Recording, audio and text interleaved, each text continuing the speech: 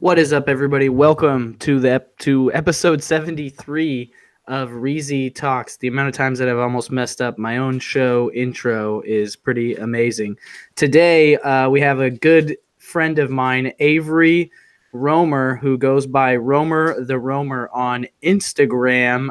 He's a bookseller for a little bit over a year now, if I'm Yeah, correct. Right, Avery? yeah. October 2017 is when I downloaded it was called FBA Scan at the time. It's so cute. He got the date memorized. I love it. Yeah. But anyways, so yeah, we got Avery on today's show, and we're going to talk about selling books. And oddly, we're going to talk about traveling the U.S. while living in your car with a canoe strapped on the top too, That's which is right. a funny story we'll get into later. But it's actually how I met Avery, and I could never forget him. If he might have not had that canoe strapped to his car, he might have been a lot more forgettable. I don't know. Anyways, I without barely made it to further that conference. friend of Yeah, mine, hold on. Avery. I've done that so many times lately. I don't know what's happening with the live stream. It won't let me mute it until it goes on, which is really weird. Anyways, yeah. So tell him who you are, Avery. My name's Avery Martin. I've been selling books for about a year and a half, I'd say. So I went to college. I was doing the college thing, and I graduated 2017. And I was planning on going to physical therapy school. So that was the plans. And I surprised myself all the time. I graduated, and my buddy was like, "Do you want to start a landscaping company?" So I started a landscaping company, and I was selling books when I was in college too, but I didn't know what the hell I was doing. I was like sending 80-pound boxes to Amazon FBA, like 80 pounds. I didn't know that was against the rules. And then at some point I was like, I should kind of look into this a little bit. And I found Reezy's content and downloaded some YouTube videos. And I got these like really nice headphones. And as I was cutting grass over the summer, I was listening to these videos, and I was like, man, like maybe this isn't bullshit. Maybe I should because all I was selling was textbooks. I knew textbooks were worth something. I didn't know people actually read actual books anymore. So let's rewind it a little bit. How did you even come across the idea of selling books? Well, it was cheaper. I did the math, and it was cheaper to buy a book and sell it than it was to rent it. Right. So just out of fiscal preservation of your own needs. Yeah. Freshman year of college, like I still have pictures. It's like sad. I used to take pictures with my books and put them on like not FBA, but just on Amazon, just merchant fulfill them with like a picture of me next to it. Because I thought if I had my face in it, they'd be more likely to buy it from me. Yeah, I'm a nice college student. Grab my book. Exactly. That was like what I thought. So is that something that you've done always in different fields? Have you always like looked at something and been like, nah, I'm gonna go make that for like $2? Sometimes. I mean, I've been scooping dog shit ever since I was a little kid. You know, like that was literally that was like one of my first entrepreneurial ventures, is like scooping dog shit, because I was like, nobody wants to do this, I'll do it. But that got shut down real quick when I like knocked on some girl's door and she answered, and my face turned so red, and I was like, oh my God, what am I doing? And I just handed her the flyer, and I was like, give this to your parents, and like ran away. That's hilarious.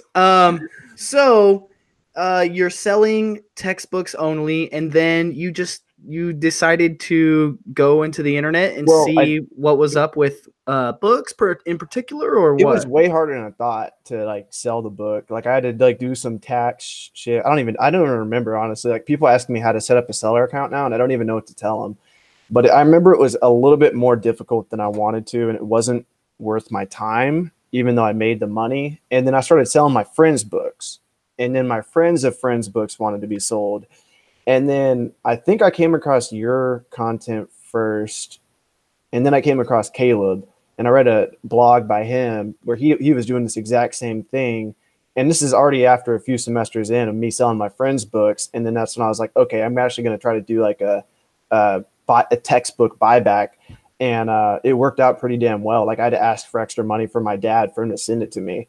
And I always saw your stuff about like flipping stuff from thrift stores, and I was like, there's no way. But like you're having really good information about like actually selling stuff on Amazon. So like you helped me out with the FBA portion of it and stuff. But then like it just stuck with me. I was like, this dude's actually going to like Goodwill and making money. And I never went to the Goodwill near my school until like this year.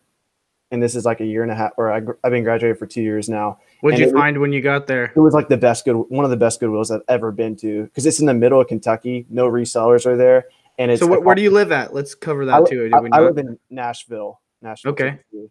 So, but But the you went to call college in Kentucky. middle of like bumfuck nowhere. Like this is in Okay. the middle of nowhere. And This is a family program, Mr. oh, Romer. okay, well, I've heard No, you cuss.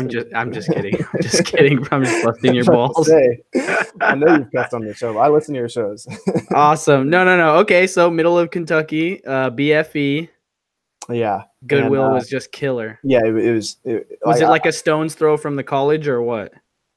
Yeah, we used to run there as a wrestling team. We used to run. It was, what's it called, a stone's throw, but it was like a mile and a half away. And Yeah. that's I just mean, it nuts to depends on do. how far you can throw a stone, right? Yeah, true. I wrestled for a reason. This is subjective. Yeah. So, what I really want to get into, besides some real fundamental stuff, like I ask you, like, you know, what were you planning on doing with your life before you know started thinking reselling was viable? Definitely physical therapy for 3 years straight. I mean, that's all I had on my mind was physical therapy. So you graduated though, I graduated, yeah. so you So could still go into that if I you could, wanted yeah. to. Yeah, that was actually kind of the plan. The plan was to do the landscaping thing and see how that went. And I mean, it went well, but my friend he was working Walgreens like 70 hours a week. He had a kid and he was married, and we were splitting everything 50-50. And I was just like, balls to the wall, wanting to go in this thing. And he was just, he was doing other things. So like, Right. it was, we weren't, I guess we're both still young in business. We didn't really know how to make that work. I'm sure there's a way we could have made it work, but we were just, Right. every dollar was split 50-50. Didn't matter if I advertised for 16 hours that week, every dollar was half and half. Right. So, but probably would have been better to do like a half and half plus, hourly pay or something like that. Yeah, we should have done something like that. But I was ready to go like 80 hours a week in something entrepreneurial. So Right. And so you just went ham with the books. well, yeah, I listened to a lot of your videos. And So how did you get it going? Like I'm curious I feel like you have a unique perspective on selling books as far as like being a follower of mine, absorbed a lot of my content and Caleb's content, but like did you get every single thing you needed, or was there still some stuff you needed to figure out, or was there some stuff that you were like frustrated with that you were like when you did it finally you were like, man, why did no one ever talk about this? Or there's definitely let's talk about that kind of stuff. That what is some of the stuff that like people who want to be where you're at now but aren't, right? You're just starting right now, right, and they want to be full-time for a year. What is some stuff that you think they should look out for that's not like the most readily available information that people are talking about? I mean, I think a big thing is just, I mean, you've said this multiple times, but like just really blocking out your days and having days to source and days not like I try, like sometimes it looks all sexy on my Instagram when I'm like, oh yeah, I went to Vegas and like did this haul, but like that's like 10 to 14 hours of just like nonstop scanning.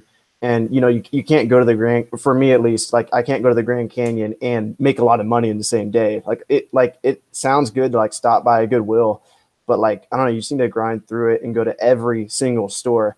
And then on top of that, something that I've found is my Corolla fills up so damn fast, like so fast. I can fill it up at one library sale, especially when my floor profit was like sub $4.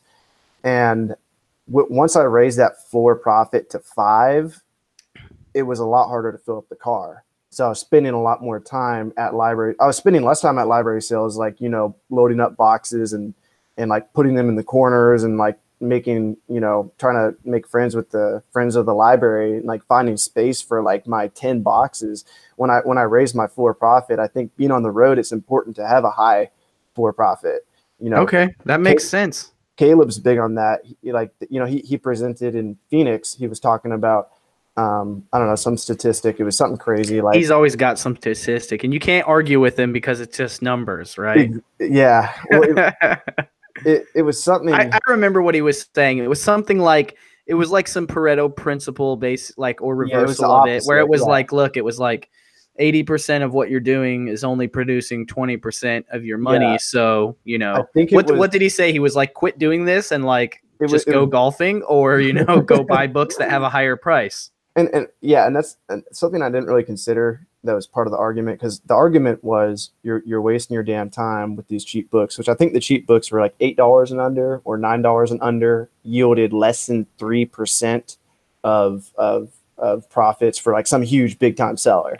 Right, So I'm like right, right. I'm like a super small seller. So like if I can buy 20 books instead of 100 books and still yield 80% of the results, then I don't have to truck in 100 books into this damn Starbucks, or now I do Airbnbs, level it up a little bit. Right. And just like, it wastes a lot of time, So let's talk about that a little bit, because we're going into details. Let's tell them about the travels of Avery Romer. All right. What part? So I met you in Los Angeles at a conference, and you showed up with a Corolla with a very large canoe. No, 17 this and a is half no feet. no bullshit canoe. This is a 17 and a half foot canoe strapped to the top of this thing. Basically, it was like your Corolla had a wingspan, but it was perpendicular to the car. You know what I mean? It Yeah. was front to back, and like literally it was in his field of view when he was driving. I don't even understand if it was legal or not. No, that's But legal. where did you come from? Where did that journey start with that canoe on your So, car, and what was the plan? And then we'll talk about the details of like how you were able to fund it along the way. So, I mean, I've always wanted to travel like the world, and I still do. And I've only traveled America, so I can't even claim I've traveled the world, even though my Instagram bio says that. But I will go around the world. Mark my words. You But will. yeah, I will. I'm planning on doing a trip to Canada soon, but I'm not sure if It's that's dude, going to it's happen. way cheaper than you think. International round trip, like 500 or less if you plan it out. Yeah, well, skyscanner.com actually, skyscanner.com, if you go on there and you put the whole month that you want to travel, you can get like $44 flights to like the UK. It's Yeah, crazy. I'm One sure way. if you're like up on your stuff. I know some people that travel a lot are like members of like deal lists where they get emails every day. So they're like, oh, hey, you want to go to like Bali? Like if you buy like in the next 12 hours, it's only $100 round trip. And they're Yeah. like, okay, I guess I'll go to Bali this weekend. Yeah, I definitely need to be on something like that. But this girl recently, like in New York, she showed me like this piece of paper she wrote out, and like I thought she was fucking with me at first, but like literally it was like $15 from like Spain to like UK, and then like another like $22, I and don't like know about $15 flights, but I'll dude, hook you up with the list. But let's let the people know about your travels, man. So yeah. like, where did you start, and what was the So idea? I What did I you I, see? I Like, wanted to like this my life for the past couple of years have been about putting myself in really challenging situations. So, and I wanted to like make money doing it. Like I didn't want to have to like be one of those millennials relying on my parents. So, I left Nashville, and the first place I went was Memphis, and I took out the front seat of my car. So I took out the front seat of my car. I put down a wrestling mat. I put down a piece of plywood and then a wrestling mat on top of it. Decked out the inside, completely insulated it. Gutted out the back. There was no seats in the back. And the first night, I mean, in Tennessee, Memphis is like known as being super ghetto, super hood. So like I was like so nervous that first night, and this fat ass cat jumped on top of my canoe, and like the car, it probably didn't shake. I'm probably exaggerating this, but like it felt like it shook. And like my is heart, this your first night sleeping in your yeah, car? this is my first night sleeping in my car, and I'm freaking out. And I'm in there, and I'm like, holy shit. And my heart's pounding. And this experience kind of happened a couple of times, but then I just got so used to it, probably way too used to it by the time like a couple months in. But yeah, I was just sleeping there, and I didn't sleep much that night. But I knew I had to go through this phase of not sleeping well in order to get to the point where I could get restful sleep in my Corolla. So did you have the windows blacked out at this time yet? Yeah, so I found this YouTube video of this dude who got like, you know what Reflectix is? No, It's like, Reflectix. yeah, it's like this, basically like if you it's kind of like the insulation in an attic, but it's like aluminum colored, I Okay, guess, I and got it's like you. really squishy. But I cut those out to like the perfect size for the windows, and then I put a black cloth on the other side, so it looked like the windows were tinted from the outside, so you couldn't tell someone was living in their car. And then I also put like it looks like it's like the sun, Except for the fact that there was a canoe strapped to the top yeah, of it. yeah, that was definitely. But like I knew if I went out west and I didn't have my canoe, I'd be so pissed at myself. So Right. and actually, Because I'm assuming you're just an outdoorsman. yeah, yeah, Nice. I did several trips where I just go into the woods for You may or may not several have days. seen Avery doing pull-ups in his gym, which is nature. Just Yeah, hanging from tree limbs doing pull-ups. damn right. The You're world is my damn right. oyster. So let's talk about let's talk about the first, like, what were you just driving the country, going to see stuff you wanted to see, and then hitting thrift stores in between those spots Yeah, and book sales? Or so the primary focus was it first, where are these sales that I can go to and what can I see on dude. the way there, or was it what can I see and then let's find what I can buy? It was definitely what can I see first, but this is gonna surprise you. I didn't even know about. I knew about library sales, but I didn't know how big they were. I just thought it was like just kind of like, oh, like I maybe thought it was even like a Nashville thing, like, oh, these, like, these people are just putting this cool thing on. I didn't know how nationwide this You was. I didn't didn't know know, it was super cutthroat. and I didn't know that either. But like I didn't know about Library Sale Finder until you told me at the LA event. Wow. Yeah. So and after that, after LA, yeah, Booksalefinder.com. Book Sale Finder. I didn't know about that. I've been using that a ton lately. And now I kind of base my travels around these bigger sales, which I'm kind of trying to pull back from now. I'm trying to get more to where I can find out about the sale that's happening, that they don't know how to advertise it, and then I can get in there and just clean out. But Right. yeah, I was just stopping by thrift stores. And like I said, I was trying to make it sexy. I was trying to make it to where I could go to like the Grand Canyon and make money the same day. But it was a much better to spend one whole day at the Grand Canyon or National Correct. Forest, and Al- then grind my ass off the next day. And Always better. I didn't get that at the time. A lot of So, people underestimate. I don't even know what I'm trying to say right now, but it's not just a problem with like book selling, or it's in general. Like, I was talking to my wife about it and I was kind of complaining to her about my schedule, and I was like, look, I'm trying to edit a video, and she was like, well, what's wrong? You got like 30 minutes there and 30 minutes there and 40 minutes there. And I'm like, lady, look, it's like a semi-artistic process. It takes like 4 uninterrupted hours. right. Like, and that's for, if it's half hours, it might as well take like 8 hours of time, because there's not Yeah, much you can get to. I like sit down and look at my work and a half hour goes by. You exactly. need to And like get going, get in the zone, get yeah, up to speed to where you're like, you're in the zone, you're like sweating so much, you ruined your hat, you've had yeah, wanted to drink a glass of water for like 2 to 3 hours, you've been starving for 2 hours. Like, you're not going to do that to yourself if you work in half-hour increments. right. And that's especially true for like more creative things. But I mean, even for book selling, even though it's a grind, it doesn't really take much brain power to the most part. Like Correct. you're gonna have to go through like 3 stores. When you're traveling, you don't know what stores are good, which stores aren't. So you're gonna have to go through like 3 stores and maybe eat shit. Like, are you okay with going to 3 stores, not getting anything, and then maybe the seventh store finally is gonna be the haul? I mean, that's another It's big problem. exactly like that cliche Instagram post where it like shows the guy like digging the mine tunnel and he like gives up and walks back down his tunnel, but it was like 2 more hits till he got to like the Right. gold. Yeah. That's exactly how scanning books is. Yeah, I always tell people too, it helps to I mean, this doesn't kind of apply so much for the travel stuff unless it was something you could ship off to FBA. But I tell people to be a thrift army knife. It helps to know about stuff more than just books, or more than, Mm, because there might not be any books or CDs or DVDs or board games or vintage mugs, but maybe there's a 1960s chair that's worth like $350, right. antique chair that you could pick up for $15. Yeah, But if you don't know, you don't know.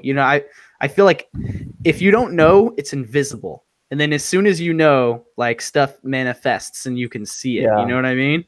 Yeah, I definitely need to step up my game, like on things other than books. But my philosophy right now is ask for backroom access. If the front books are shit, ask for backroom access, and then just bounce and go to the next place. Because I mean, I travel so damn much. I'm just always constantly looking, for books. But I feel like if you're like located in one area, it's super important to like diversify what you can find, because if you only have 7 stores around you, you might as well pull everything you can out of those 7 stores instead of just one item. Yeah, you'd better leave those cupboards bare.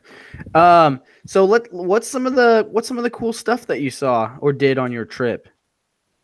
Cool or crazy? Like what do you? Cool. I mean, you can tell me some crazy stories. I've never traveled the U.S., so I'm actually Okay. interested to know, what you saw, what you did.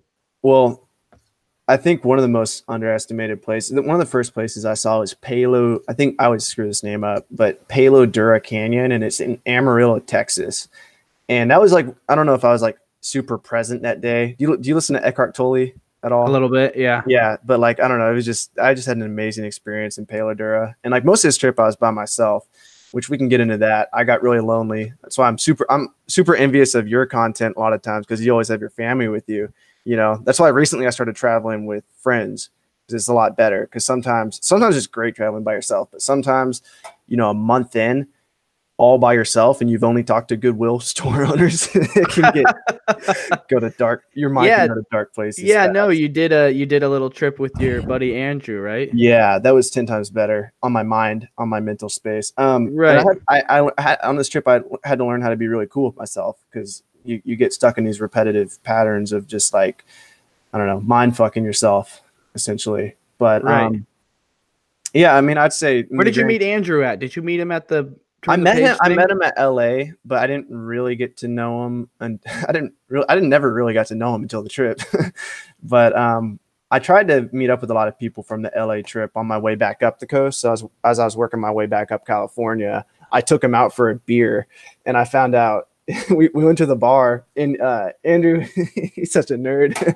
He asked for a little shot of beer. And the guy was like, "We don't do that here." He just straight up told him like, "No," and he was like, he just wanted like the sample size, like he wanted to pay for it, and the guy wouldn't let him, and so he got like a full beer, and he got a full beer, and he drank like 2 sips, and he's like actually allergic to beer, like it's like an Asian thing. Like he did the 23andme test and stuff, but like he was like his face turns red, and he couldn't do it. Anyway, that's I'm in when love with your ringtone. Ooh. yeah, I love that song. Ed Sheeran, that's my dude. Got to turn. Someone said you look like Tfue. Do you know who Tfue is? I don't. Famous I'm, I'm insulted. famous video gamer, Twitch streamer guy thingy. So, what does reselling mean to you, Avery, and how has it changed your life? Um, Interesting. I've actually, I Like know you don't. what people that don't like, because I know a lot of people look at, let's like frame this a little better. I know a lot of people look at reselling as, I'm going to make a lot of money. I'm going to get rich. Mhm. Like that's their thing. And like people do, but that's not the whole story. I think for a lot of people, it's easy for like people to believe that when they only see that, like you're saying, we don't post our like, our bad hauls. You know what I mean? Right. Um, I try to. I post every now and then. My shitty days. yeah, but let's dig into that. um, to me, uh, and I do a lot of textbooks, and I actually have like this argument, which I don't think it'll ever go through. But for when I go to professor, and this is like very logistical, like what it means, like how reselling benefits not only me, it benefits my wallet, it benefits the lady down the road who I bring my books to so she can list, benefits my friends who source for me, it benefits you, the professor, because I'm buying the book from you, and it also benefits the student next semester because he's getting the book for cheaper. So there's like, I don't know, just a plethora of people that are affected by this.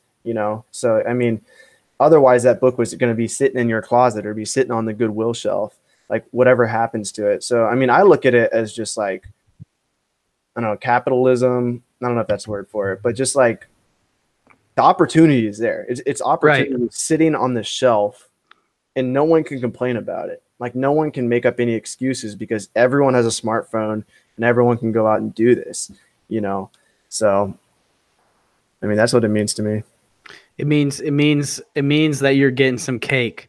It means I'm getting Uh, cake, and it means that I'm helping other people get cake too. Like yeah, Jeff no, for Bezos is sure. like someone was like, Jeff Bezos, I don't even know how many billion he's worth. You is it like 70 billion or something? No, I don't know, but he definitely put a lot of people on game. Yeah, yeah. So I mean, he said that, he was like, no, I didn't make myself that rich. I made this many other people that rich, and Right, I respect the hell out of that. right. So, but the books is what allowed you to travel around the country. Yeah, That was pretty cool. yeah. And I really like books. Like I You're a listen. reader. Yeah, well, I'm a Great. listener. I'd say I listen to way more books than I read. Yeah. But I'd say I'm a reader too, but I have less and less time nowadays, so yeah, it's always listening. that's actually why I like scanning, and it's What do why I you like what do you listen to books on? everything. But I'd say 90% self help, and then No, maybe no, no, like, no, no. What platform? oh, Like Audible okay, so and YouTube. check out I think it's pronounced scribed or scribed, I don't even know. SCRIBD. It's only $8 a month and I think it's unlimited books and audiobooks. So Oh, the nice, selection's not as good as Kindle, but like 75% of the stuff I want to read is on there. nice. And it's a lot cheaper. I think you get only 2 books a month on Kindle or something and I don't remember what it is, but it's much cheaper. Check it out. You listen to a lot of books now, or Yeah, is that? as much as possible on 1.5x. I should listen to more music as because like I rap and I love rap music, Wait, you but rap? it's like yeah, you didn't know that? No, I didn't know that. Oh, dude, I'll send I'm, you a copy of my album. dude. Oh my But god. but it's like I'm just such a nerd I'm efficiency minded. Is like I'd rather get information. You know what I mean? And it's like only like late at night, if I've been drinking or if it's late enough to where I'm not productive. You know what I mean? Uh huh. That's when I'm like work's over. Okay, Yeah, now you can there's have some definitely that fun. time. I'm very harsh on myself besides the weekends, which I reserve for the family.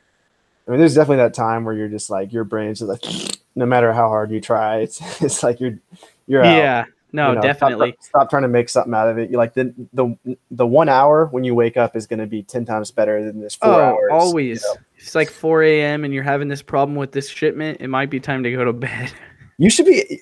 Do you not put the rap videos or rap music in any of your videos? I've put it in some videos. I don't do a lot. I just did one album with my buddy. And it's like on SoundCloud and Spotify and whatever else. Damn, But I I'm think pumped about hearing this. someone could put it in the chat. Someone knows what it is, but theanalogresolution.com.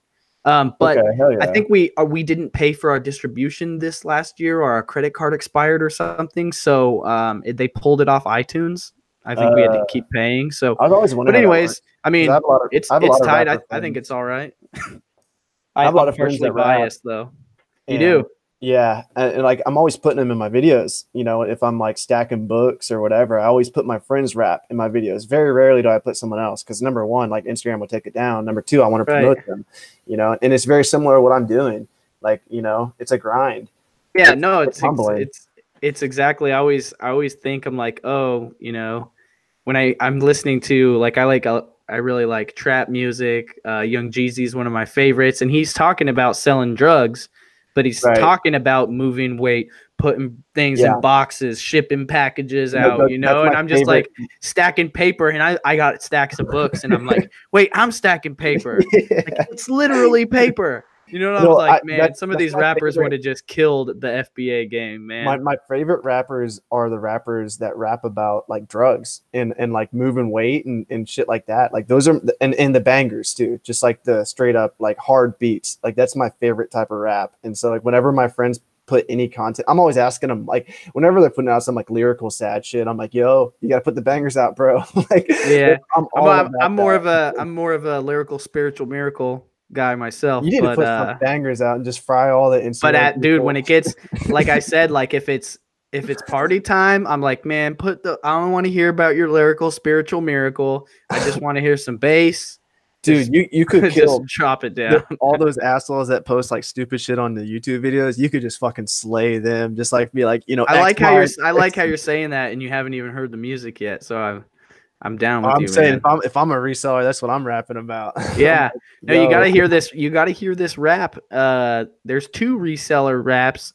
Someone should put the yeah, if you don't rap, you won't get the joke about the lyrical spiritual miracle. That's like, don't ever say that in rapping. But there's two videos, rap videos that were made that did really well for this challenge to go meet Gary Vee, and it all fell through the cracks. But regardless, we got two good rap videos. One made by the Thriftologist, who's in the chat right now. He's a moderator, and it's sick, bro. I'm telling you, it's like, uh, Gary V told me to get it. Reezy showed me to flip though. Like oh yeah, I've heard it's that. I've so heard that. tight. I've That's heard that tight one. as fuck. And then my boy Sam Terry did one that's like much more of like a Tribe Called Quest laid back vibe. And Gotcha. he's like, I'm gonna tell you how to hustle books in these 12 bars. First things first, you need a smartphone and a scanner. Next, you gotta learn how FBA scan works. Next, you got to locate some Oh, sources, that's friends of the dope. library, find out where your is, estate sales, book sale, all that stuff. Google book sale finder, man, it ain't that tough. Hey, that's $100 course right there. No, it is. I'm telling you, man. Like, I needed those people 12 don't bars. even know. I needed those 12 bars 12 months ago. Dude, a lot of people need those 12 bars. They ain't listening, though. I Their had to ears drive, aren't tuned I for had to drive listening. across the fucking country to find out about booksalefinder.com. It was worth it, though, right? What Oh yeah, you drove 100%. like 3,000 miles to. What's funny is I literally made a video. I made a video to on YouTube, like basically just to teach people about Book Sale Finder. And I knew it Mhm. was going to be the stupidest video. It was literally me going, "Hey, check out this website. Go to Right. the website." And but it's like, how else am I going to do that? If I just say it in an Instagram post or in my story, it's like fleeting. It's gone. Right. So, and it's like, and then all these comments are like, "Oh, let's watch Reezy go to a website," you know, like, ha ha, like. But there's literally people that Dude, changed I'm their life. waiting. I don't even have any haters yet. Only haters I have is like some of my friends. They're like, dude, you sound like a douche in all your business videos. That's it. I don't have any real That's haters yet. awesome. So I I'm love that. I envious. love that you can't wait for him. So if I'm you're waiting for it. watching this video and you are about to leave a hateful comment, please just make your way over to Avery's channel. Romer The the link is Romer in the YouTube description. video. Go I'm down ready. there. By the way, his It's in YouTube my and his bio. Instagram are in the description. Side note, guys, I'm going to let me see if I can get this to even see. I got this cool sticker here. It's a decal. Reezy Resells, follow the hustle. I'm giving this away to someone who is watching the show right now or later. But in order to win it, you need a comment with the timestamp of your favorite part of the video. And then I will go through and check those out. And whoever picks the one that I agree with is the best part, the nugget, then I'll mail you one of these stickers. These cost me $2, so I hope you like it. Am I in the competition? If yeah, sure. You got your pen ready to the goal of this is I'm giving you a sticker and I'm crowdsourcing finding the good parts of the video so then I can go back and cut those pieces out later to make nice content for Instagram Nice. and Facebook. Right now, someone said right now. No, that's not going to be a good. Yeah, the clip is how to leverage your audience. Jesus.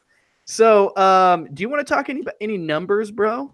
Yeah. You want to I'm talk numbers? all Because about you, numbers. you know how people are, man. They don't Yeah. really listen, but when you say, I found $5, they're like, whoa, what? Yeah. I'm 100%. My philosophy, I'm all about numbers. Like, I don't know. I've thought a lot about this, but like a lot of people say money buys happiness. I don't believe that. And it's those same people that say money doesn't buy happiness that get offended by talking about numbers. And it makes no sense to me. I'm like, you're posting pictures about your weight, like, Well, you know, in the I also gym. don't believe that money buys happiness. And I'm super simple. As soon as my refrigerator Exactly. is full of food, I'm cool. After Yeah. that, it's, you know, if I didn't have food in the refrigerator, yes, I would be much happier if I had some. But you know, it's creating stuff and helping others that makes me truly happy. But I'm a big fan of sharing financial success, and almost to the point where it might seem from some people that you're bragging or you're rubbing it in their face. Exactly. But I know I need that as confirmation to know that it's real and that it's possible. In And that's business, it. That's it's why I literally need it. working. It's like people don't get mad about fitness posts. You know, you're marking your progress. People don't get mad about like, oh, you got new friends or you're getting married or like your family life is going better. Like, well, this is the measurement for business. Like that's it, you know. So right. So money let's doesn't talk buy about it. happiness. Let's talk about how many books you have in your inventory. And what did you sell last month for February? February was like right at 14,000, and I have Nice.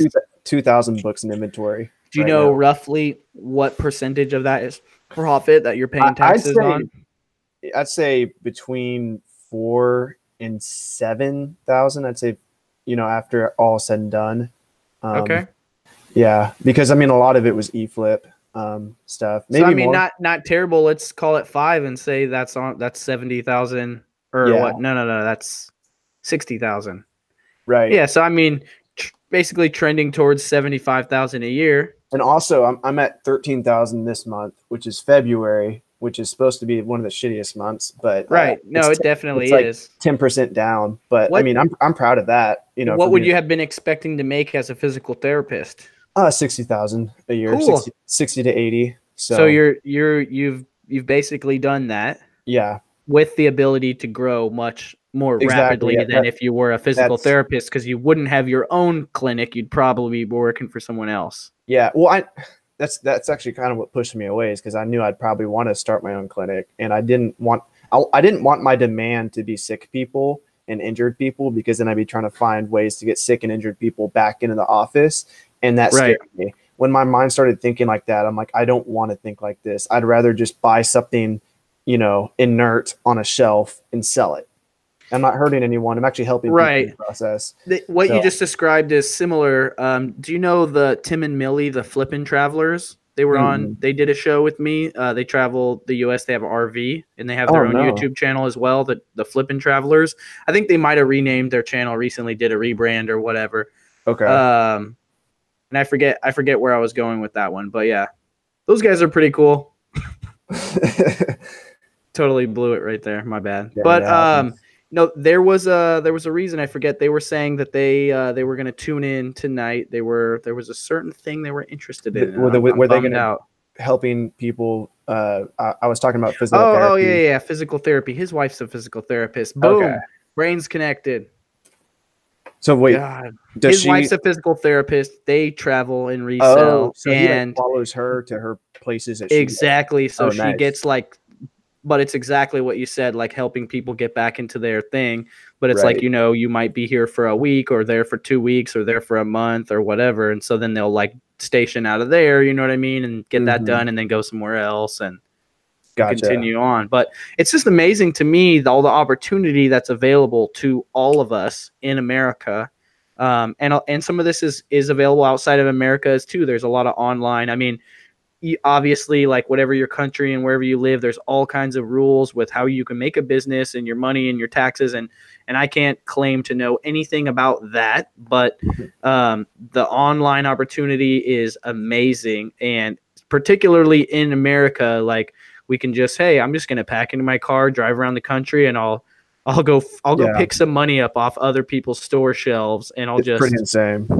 send it in, and or I'll just sign up for this app. I have a friend, my good friend Rich. He has a van, and he's pretty much a party animal, but he's also a hard worker, and he just works hard enough to support his partying. But he'll Uber, or he'll go through, like, I think Manpower has an app, so he'll like at night when he's done partying, he'll like look at the app and be like, okay, well, these guys, they need help building a fence tomorrow, and it's $15 an hour, and like you click on the app and then you show up at 7 in the morning, and you work, right, and your money is in the app at the end of the day. Oh, Like, nice.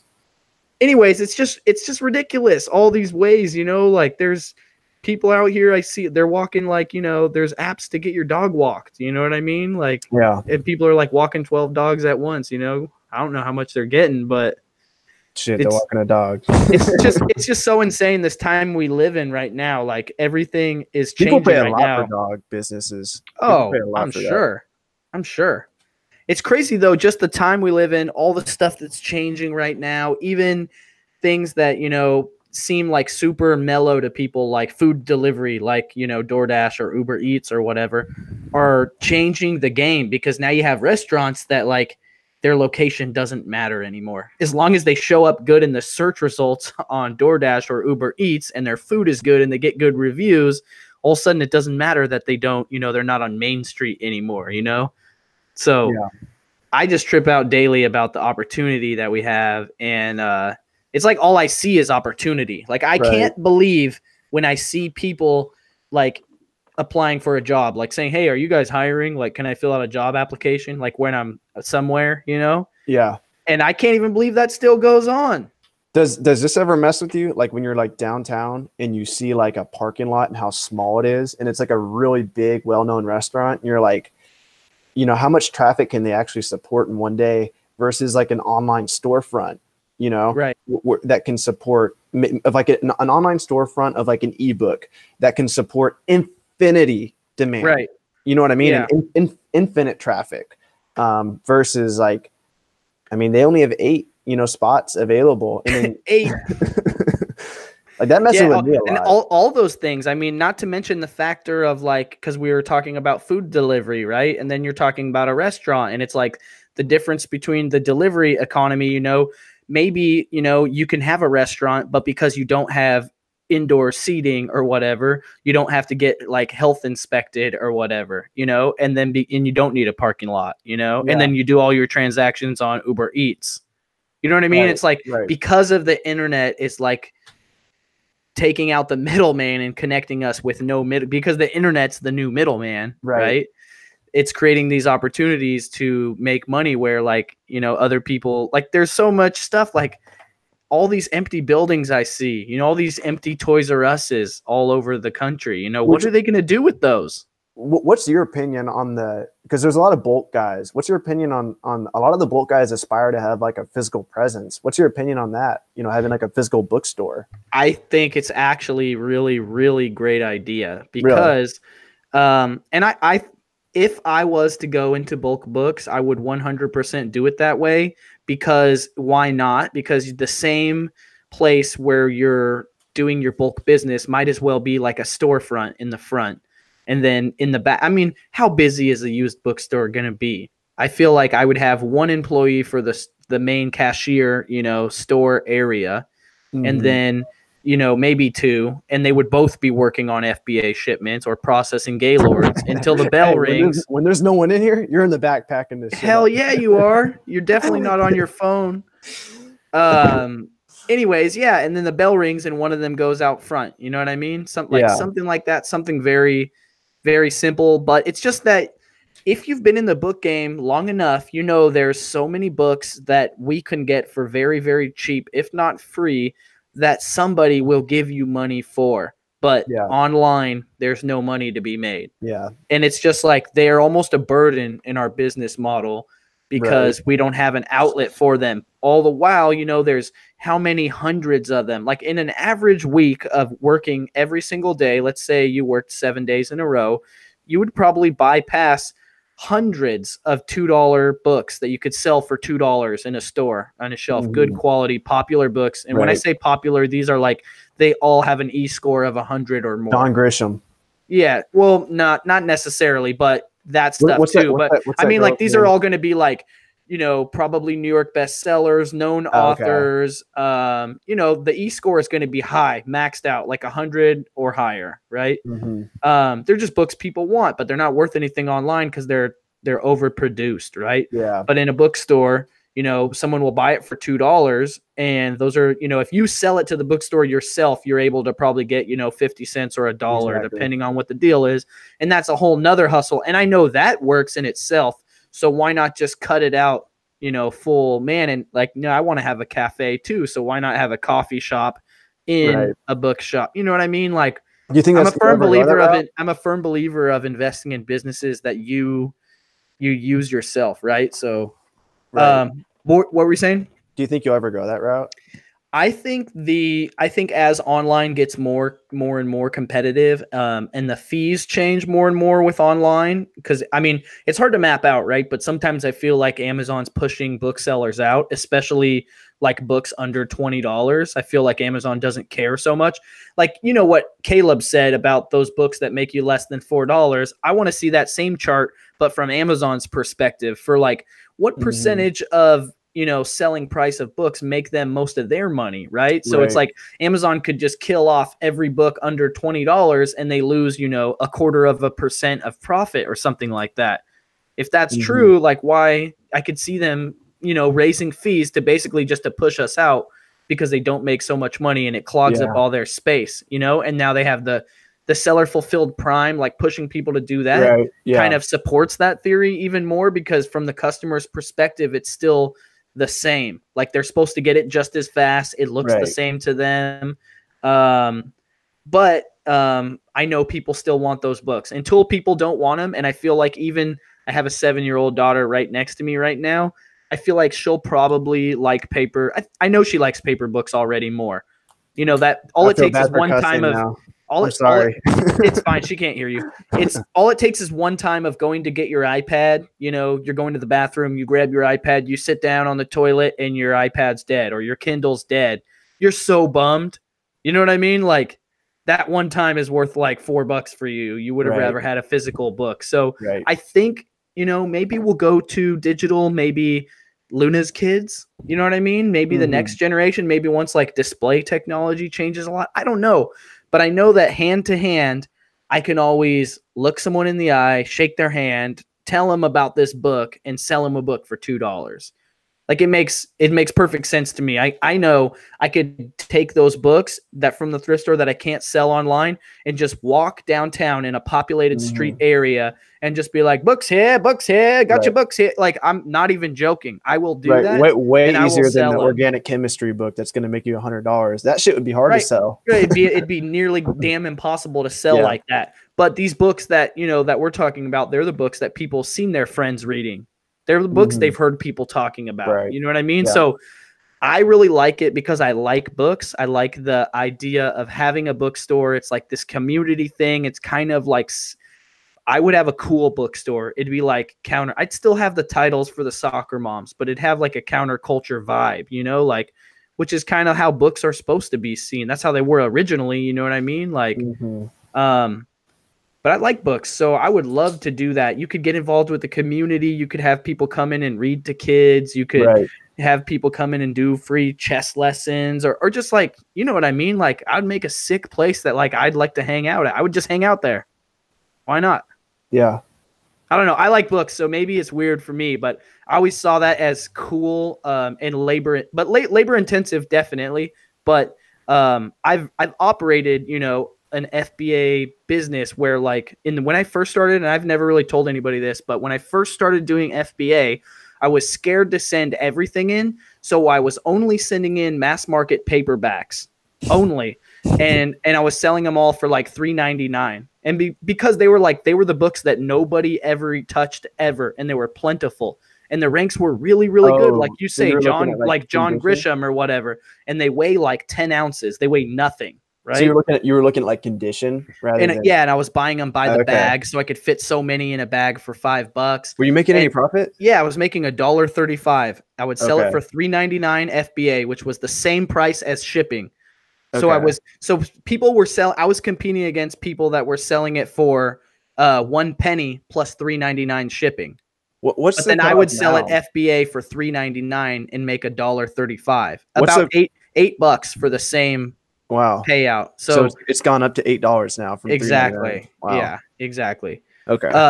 But what I'm saying is that like that changes the game so much, but in real life, people still want those books, right? So,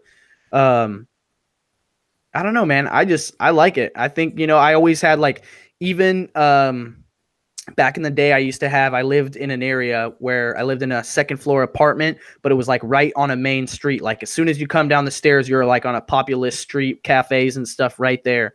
And I had a box that said free books in the bottom of my stairs for years. And I would just put books down there that, you know, that either I'd be like, I don't know why I bought this, or, you know, it had a stain, you shouldn't have bought it, whatever. And like my neighbors, people in the community, people I never talked to but had lived there for years would be like, thank you for putting out those cookbooks, you know, like my wife's been cooking up some delicacies. And I'm like, dang, bro, what's up? And I'm like, what's up? He's like, yeah, I live in the back, you know. I'm like, oh man, what's up, you know. But it's like books bring people together, and I really like that aspect. So to me, books were never just about money. And to me, this whole thing's not even about money. It's just about having the freedom to do what you want to do with your life, right? Yeah. But yeah, I could fully do that. What about you? As far as having a physical bookstore, Yeah. I think in the next maybe 10 years down the road. But right I mean, now, who's gonna be like when you see people who have used bookstores right now? For the most part, I feel like they're kind of weirdos. yeah, Like, I agree. I feel like we're gonna be the next weirdo bookseller Right. generate bookstore Yeah. used bookstore guys. Yeah. Like we're gonna be, but we're not weird because like books are like dying and we saved them, so we're like Mhm. cool. We're the next Yeah. gen. Yeah. Yeah. Because we definitely understand like a different level of the supply and demand because we're constantly looking at e-scores and like what's selling and what's not. And I don't know. I think in the next 10 years, like I definitely want to have a brick and mortar. It's always something I thought about. I don't know if it's going to be a bookstore or not, but like, I mean, another thing is I started doing like retail arbitrage. Can you call books retail arbitrage? I mean, it's retail arbitrage. Yeah, I mean, yes, it is, but it falls more into the like secondhand thrifting category. Okay. I've always had like the end goal of like having like my own product, and I wanted to go to Montreal. I thought it was in Montreal with like Matt Loberstein and Sammer Brax, but I just found out it's in Vancouver. So that's a way different drive. And I was gonna Let me know, man. I'm friends with those guys. I'm gonna hook you up. Yeah, you were telling me about Matt. Do you know Sammer or Yeah. whatever? Sammer. So Sammer, that's how you say his name. I told Okay. him, I was like, bro, that's how you say your name. How come your nickname's not Samurai? Tripping out, bro. Shout out to Sammer Brax. But yeah, I did a video with him in Canada for his channel. But cool dude. All those guys are really cool dudes. I wanted to go up there and like, I learned so much from you guys at the Phoenix conference and just hang out with them and just kind of like get more of a vibe for private label. But I want to do some crazy, like I know we do like these conferences and these meetups, but I want to do something like crazy, like just like get like 10 people and just like pack them into a room for like 2 days and like we just don't leave. A Yosemite camping trip, and I'll take them all. Yeah, you can't go outside because it's below zero, and like all our meals are delivered for 2 days straight, and then we're just sitting there thinking our corncob pipes in by the fire. I'm the first to sign up to that. Dude, I'm serious. Some like crazy exclusive, like hell yeah.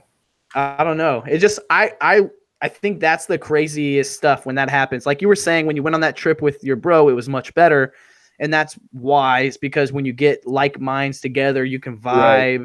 Right. You just start coming up with stuff. It was unhealthy how much we talked about books on that trip. And it was so cool because I was like, dude, I talk to my friends this much about books and they fucking hate me for it. They're like, dude, can you please stop? Like, let's just talk about something else for once. I want to be the fly on the wall at that camping trip with Sammer and Brock Johnson and Matt Loberstein. Wait, we gotta get. No. I'm just making this all. This is all a fantasy private label camping trip that I've just made up in my head. Yeah, I'm selling tickets right now. No, but yeah, that would be really sick to come up with something like that.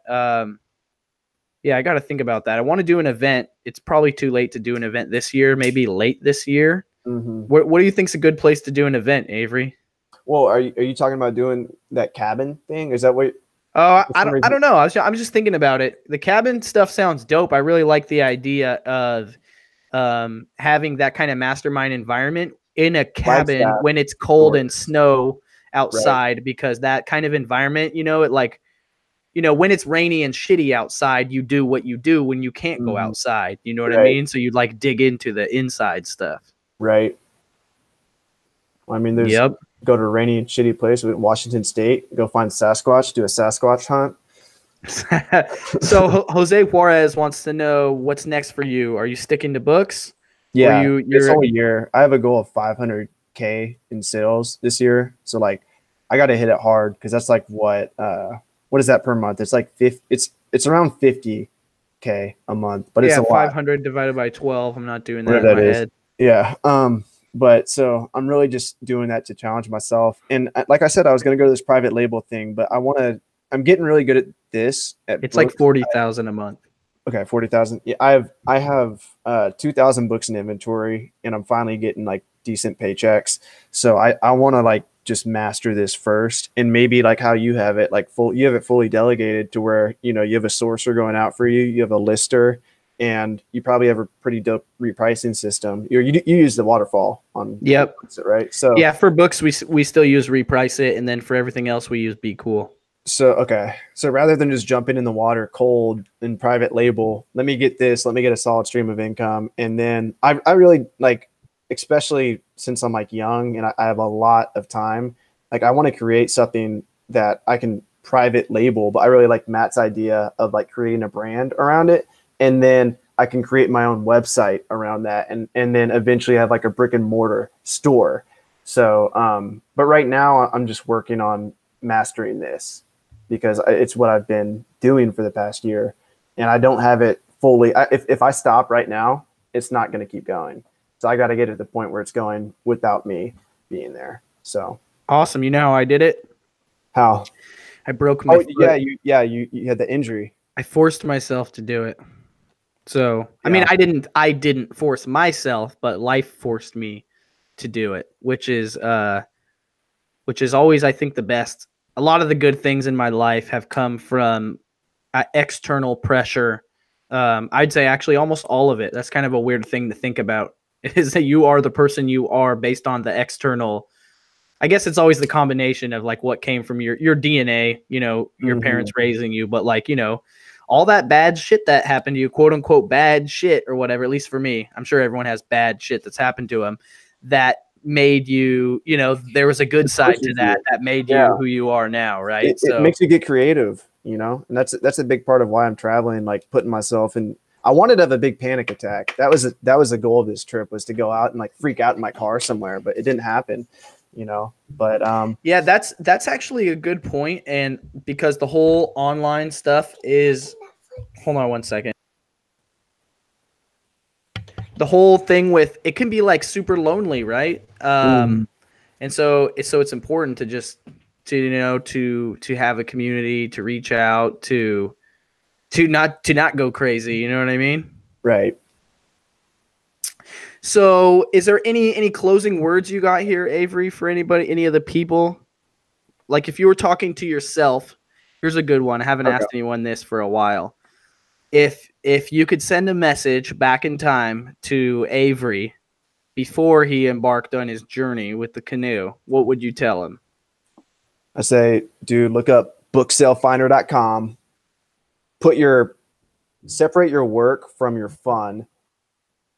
And I mean, just keep going hard like you are. But I mean, I would tell myself everything I didn't know. I'd say consume more content.